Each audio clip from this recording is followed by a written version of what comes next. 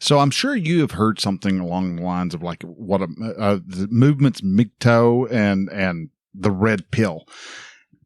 I want to talk about those a little closer and kind of explain why the whole line of thinking on these are just a little bit on the wrong side. Both sides just completely miss the mark as to what exactly is that red pill. What exactly is it for a man to go their own way? And why both of these are just flat out wrong.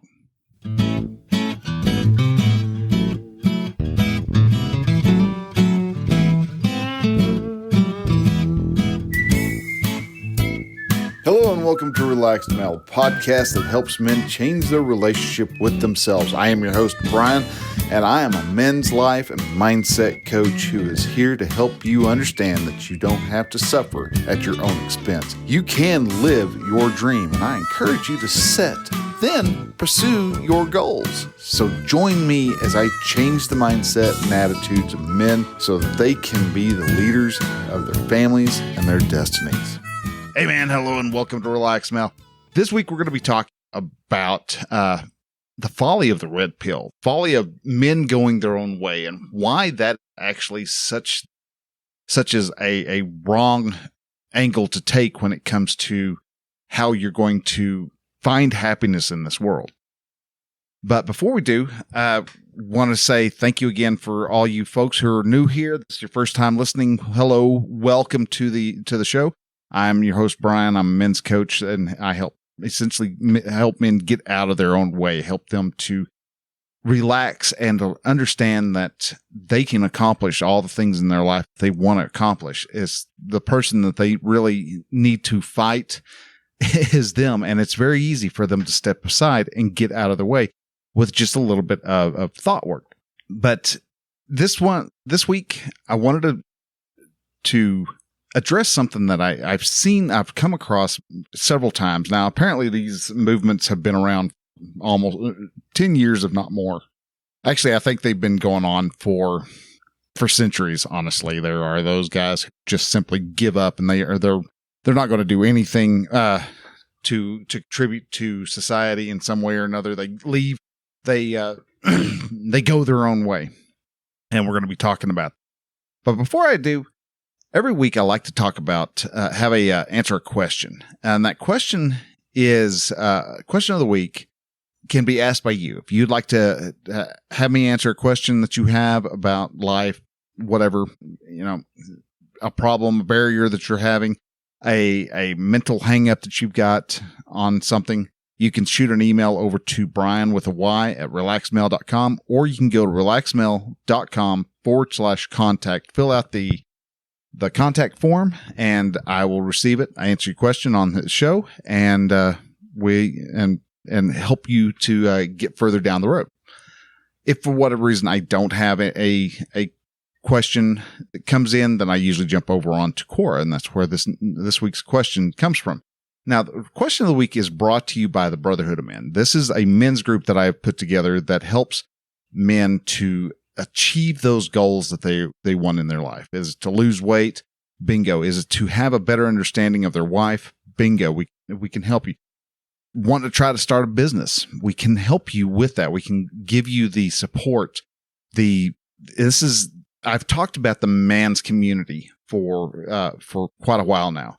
And that is what the Brotherhood of Men is. It is a community where you're able to go and sit down and talk about the issues and the problems that you're facing in your life with a group of masculine men.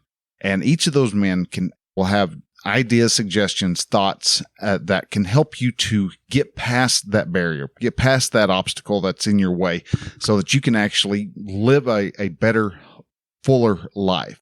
If you are interested in joining up with the Brotherhood of Men, you can do so by going to relaxmail.com/brotherhood. There'll be a little form you can fill out. It comes to me. I'll look it over. Probably we'll end up calling you up, and we'll have a little discussion to see how well of a fit you are.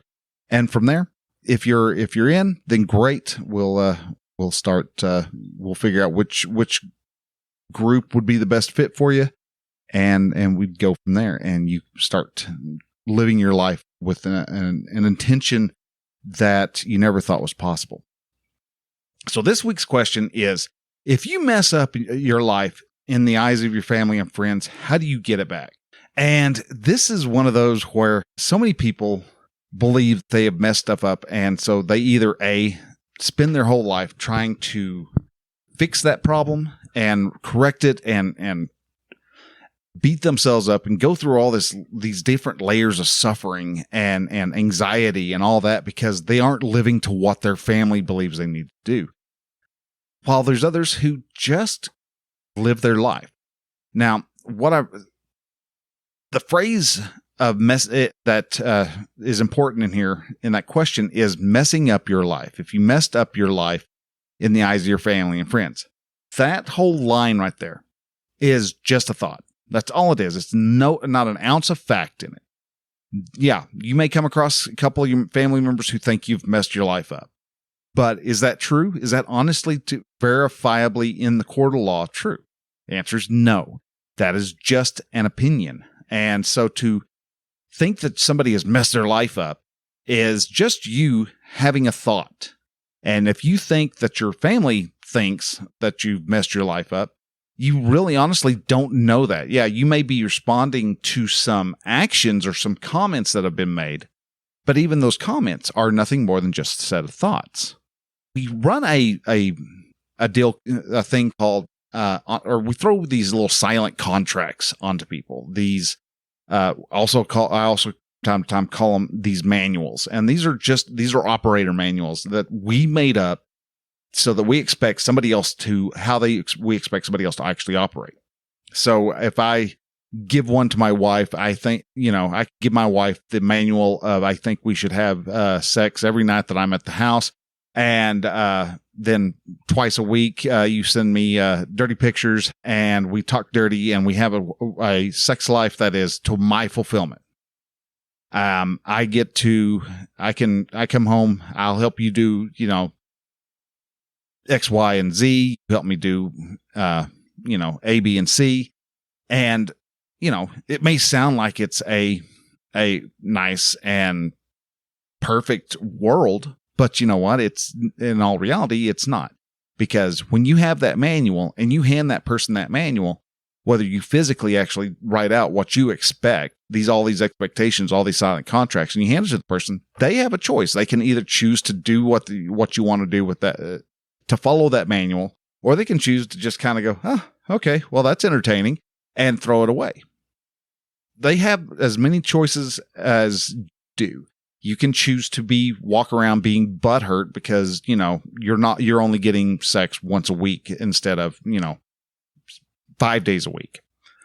You may be running around, sulking around the house because, your wife isn't doing what you want her to do.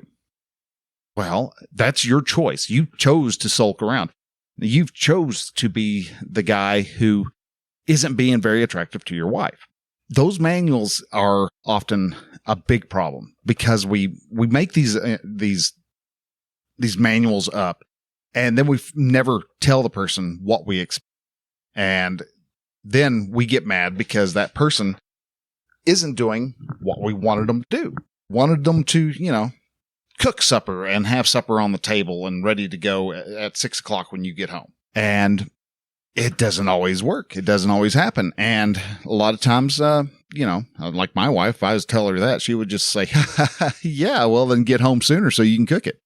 So you understand that these silent contracts are often hindrances. They block you from having a better connection because you've made these decisions that, hey, this is how things are going to be. And in all reality, that's not how they're going to be. You cause all this suffering, all this anxiety, all this frustration because you want something to be a way and you want to be able to control somebody who, can't control. You can't control your wife. Your wife can't control you.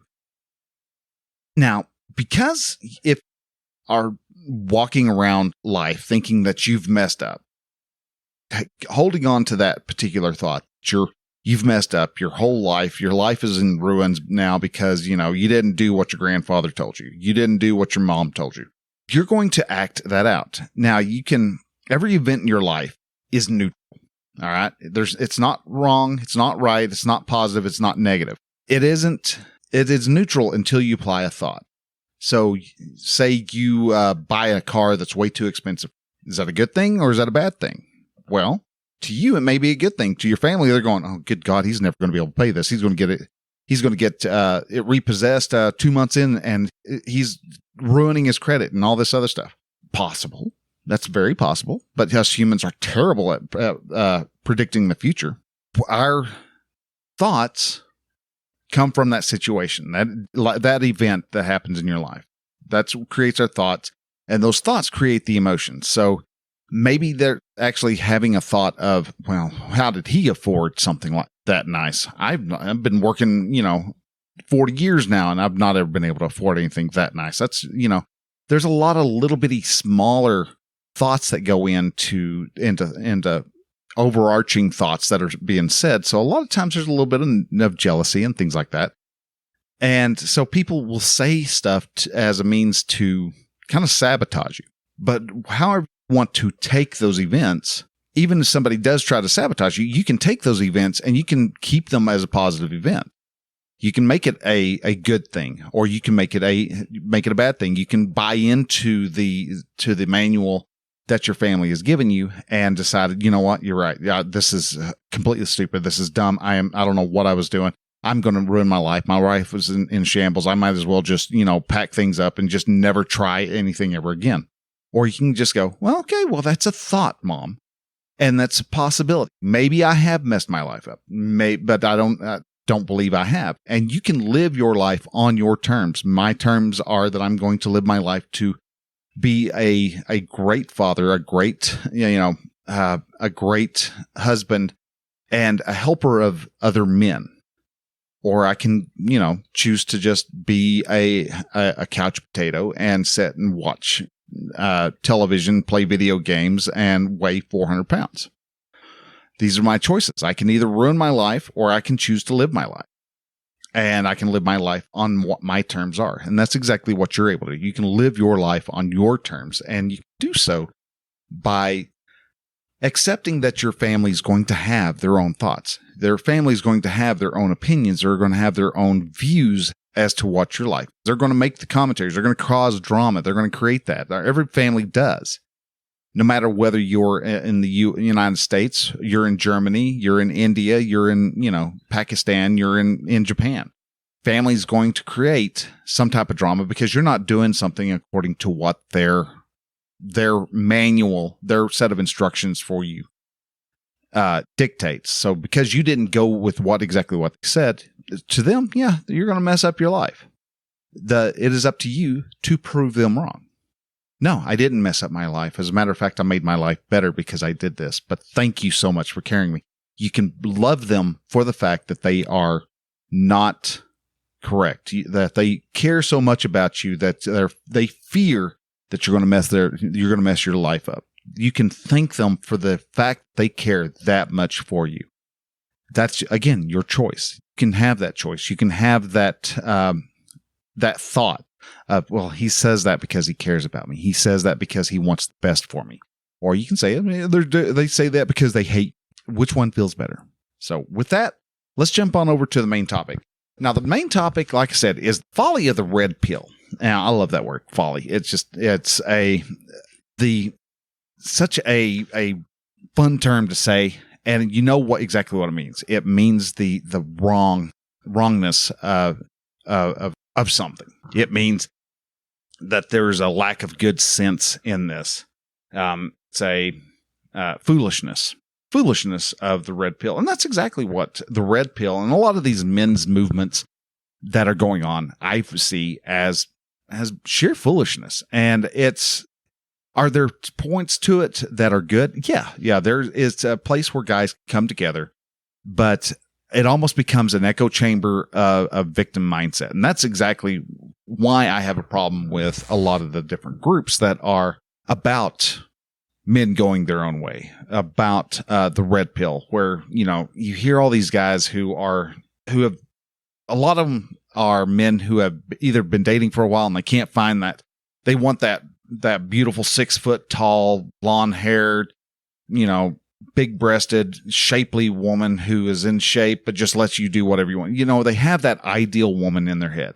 And they comes to someone who is very close to what their idea is. And so what do a lot of these men do? These men go off and they turn on the nice guy, which is the worst thing you can do. Nice guys finish last. They do not earn anybody's respect for reasons that I've mentioned in the past. They are they're losers, really.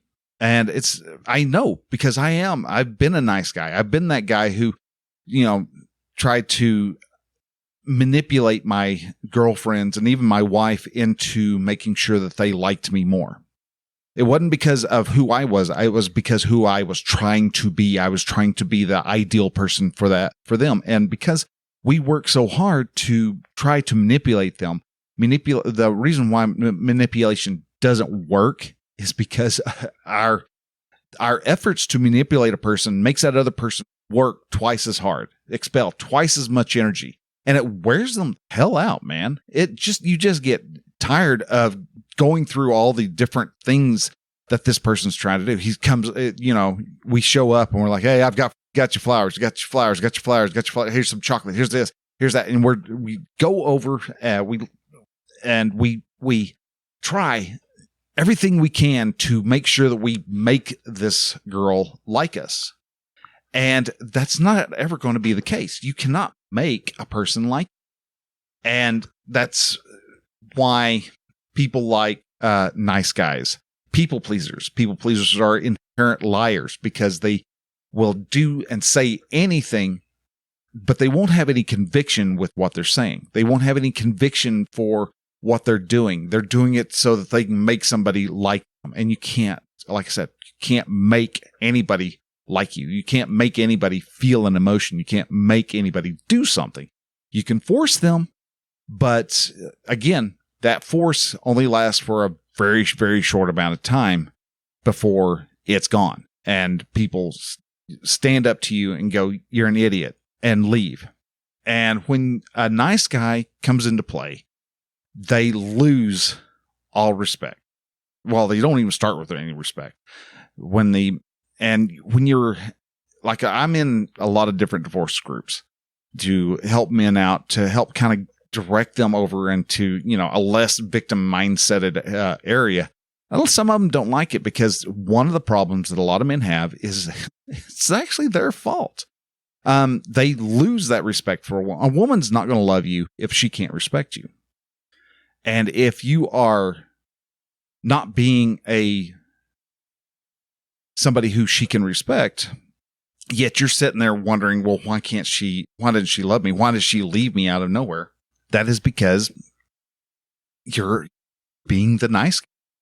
Now, that doesn't mean that you're to be a jerk. It doesn't mean that you're supposed to be this all out asshole. You're need to live your life. And that's one thing about the 4 pillars of Relaxed Male. When you're working on those 4 pillars, you're working on your life. You're working on who you are. You're making sure that you are staying in as best of a shape as you possibly can. You're taking care of yourself. You're putting yourself first. And a nice guy can't do that. You can't put yourself first to be a nice guy because you're going to want to sacrifice your exercise time to take care of your girlfriend's dog because she's going to go to the beach with her girlfriend. You're not going to be able to do your reading because you're going to be busy, carrying her purse for her as she goes and shops for things for her. You're not going to have that respect.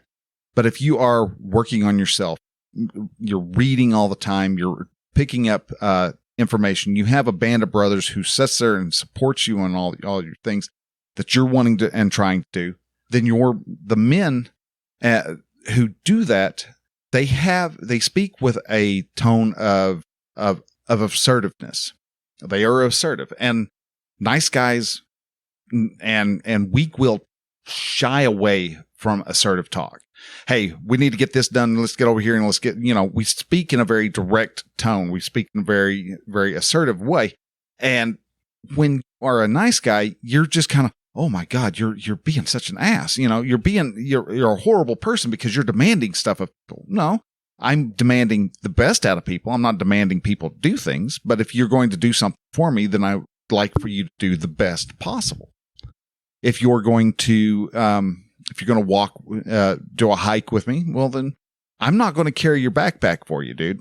So if you put too much stuff in there, you didn't hear, and you went against what everybody else was saying, and hey, you need to lighten your pack. You're going to be dying after the first 2 miles.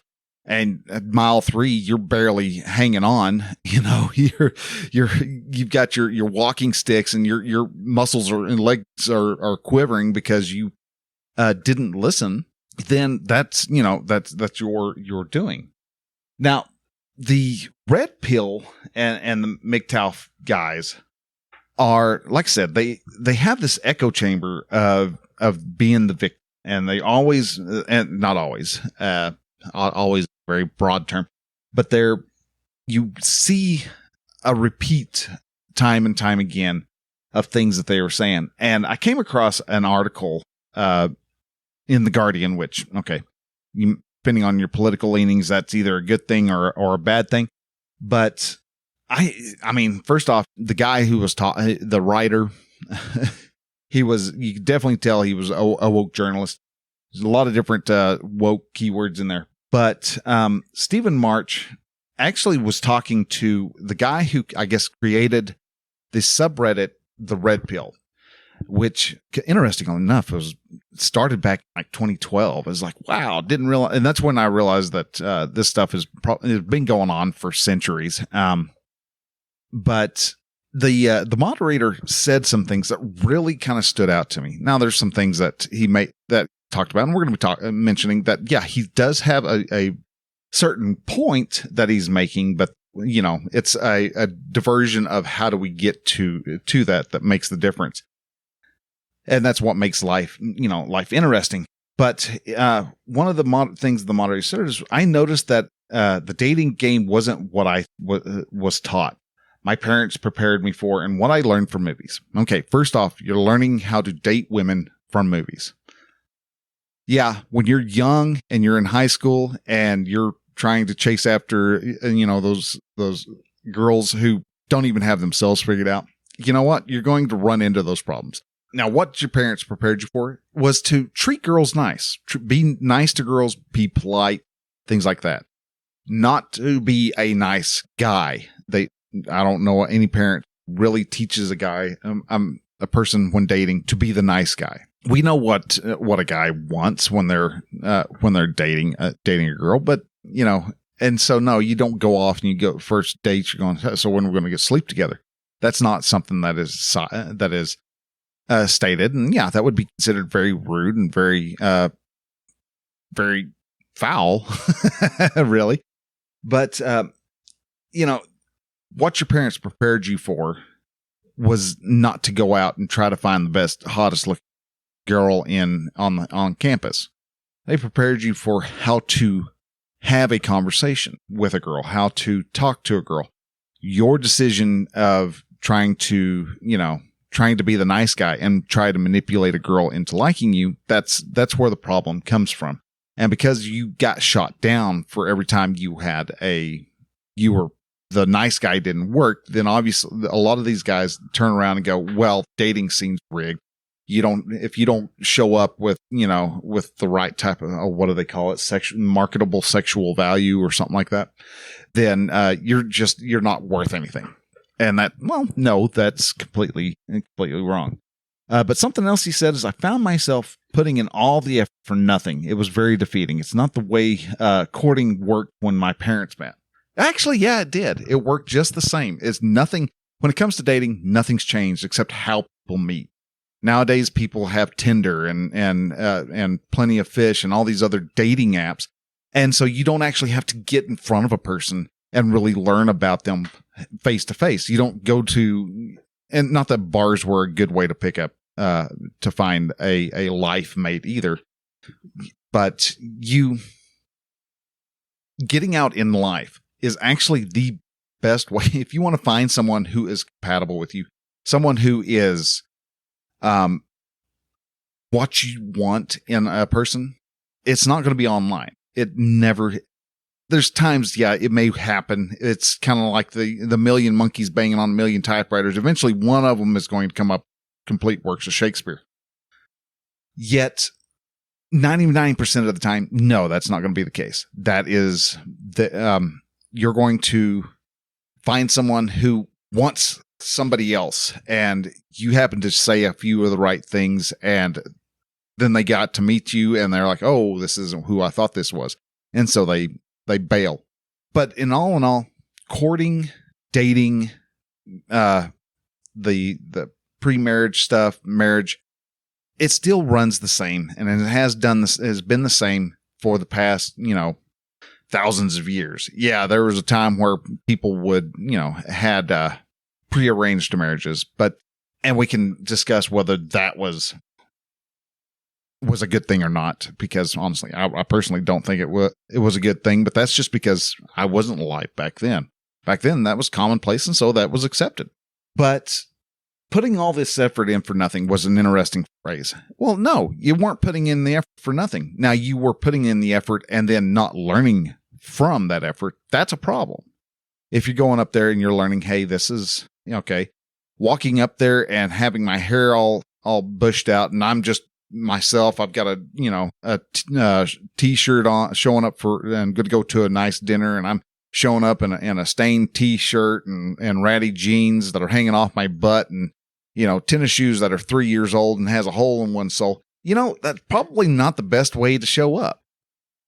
And sadly, a lot of guys, I see a lot when boys would go to my daughter quickly didn't have any of the boys come pick her up at the house, because the first couple ones I was like, made comments about how they were dressed, because they showed up and they were just in these baggy t-shirts and, jeans that were, 2 sizes too big.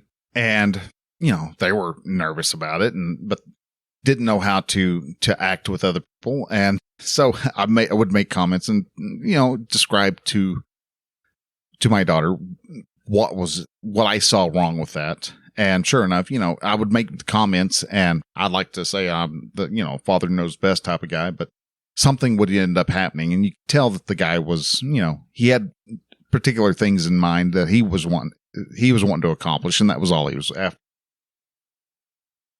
Now, one of the interesting things that the moderator mentioned that in this Guardian article was, when it comes to the red pill, he said, we're accused of misogyny almost daily. I won't deny that language is colorful, and there's a lot of emotion expressed by men in the forum, which is really interesting in that whole fact. And he does have a point, because a lot of times when we are told you need to be more emotionally expressive, you need to, the feminists want us to be, this particular way.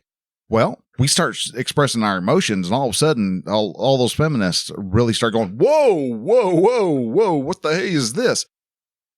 We express emotion. We have emotions. We know we have emotions. We express those emotions. We express our thoughts in those emotions.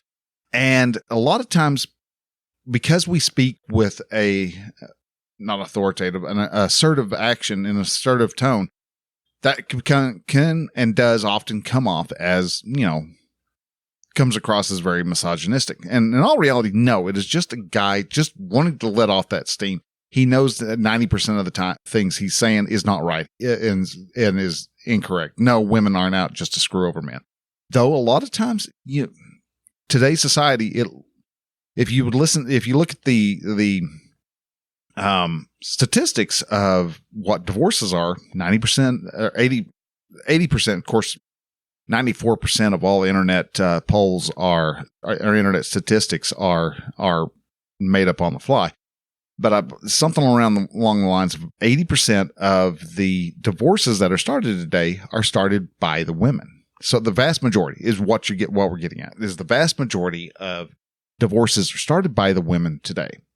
And a lot of the guys, they think that they're all of a sudden the woman that they loved and adored and cared for, all of a sudden she turns around and she just is trying to take him to the cleaners. Now, is that actually the woman? Really? I honestly have a hard time thinking that it's 100% the woman. yeah, she may be tired of him. She may be, has lost all respect for the guy. And then the lawyer steps in and goes, well, you know what? We can actually probably take him for 75% of all his value. It's the lawyers themselves.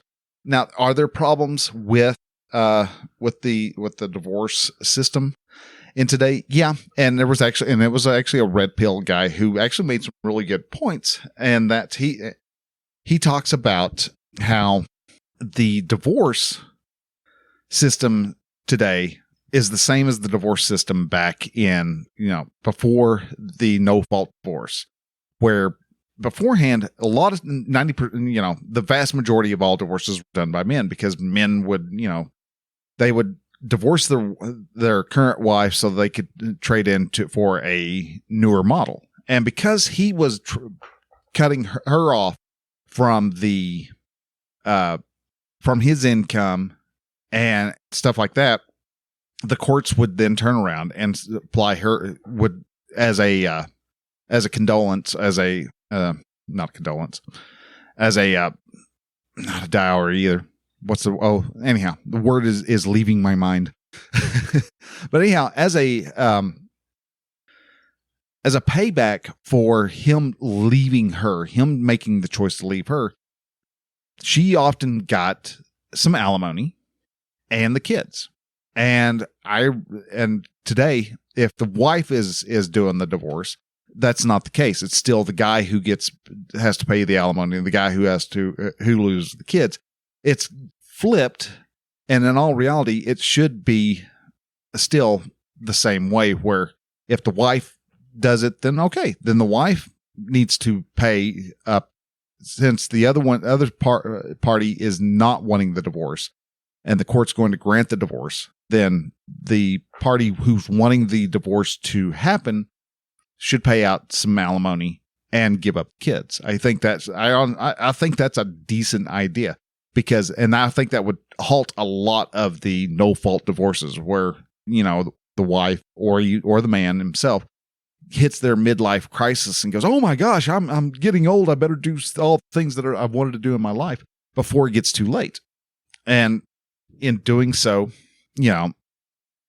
divorces his wife, goes off, buys a Corvette, and starts trying to live like a 30-year-old again, when in all reality he's 50, and it's not. It looks sad and pathetic. And I've seen a lot of women who do the exact same thing, who all of a sudden they're 48, 49, 50 years old, and they wig out and going, oh my God, I've hit the 50-year mark, and I have not done anything. I've not lived my life. I've spent my whole life trying to raise kids, and now the kids are out of the house and all that. I've got to, I need to let my hair down. I've got to sow my wild oats. I never sowed my wild oats when I was younger. And so they get a divorce, and all of a sudden they're sleeping around. Guys do the same thing, and, and leaves the other, while the other person who is left at home, is in an emotional wreck. So there are little tidbits of truth in what the red pill is, but the reason for the red pill, the reason for men going their own way, is based upon a bunch of grown boys who are mad that they're not getting the smoking hot wife, and mad that they aren't getting all the sex that they want, and they're mad that they're not. Things aren't going the way they feel like it should go. And in doing so they have decided, never mind, I'm going to take my toys. And in all reality, that's where the problem is. Taking your toys and just leaving doesn't fix the problem. It just, one, it makes you look like a jerk. Two, doesn't provide a solution to whatever the problem is.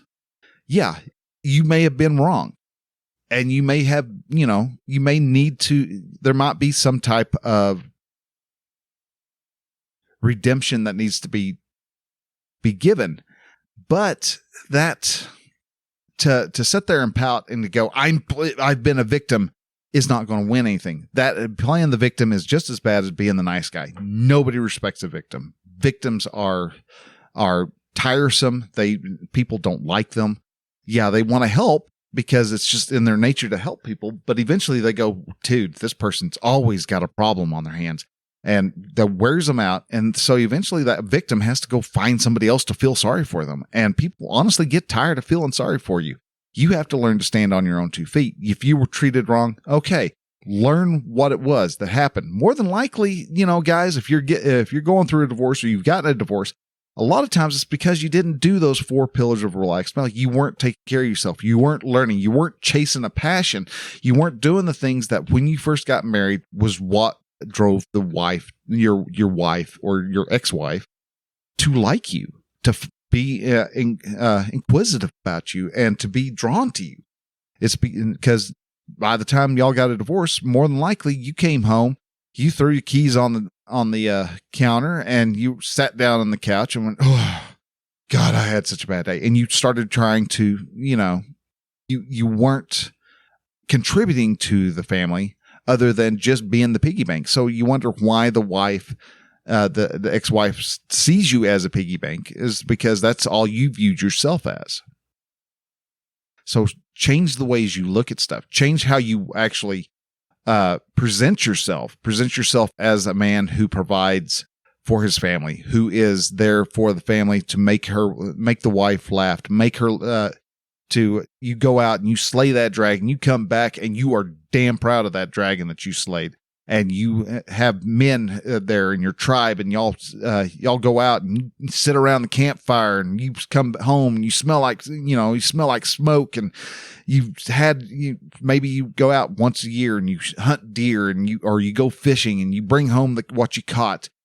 Do a lot of those things. Do stuff where you are with other men. Do stuff where you are growing and becoming better.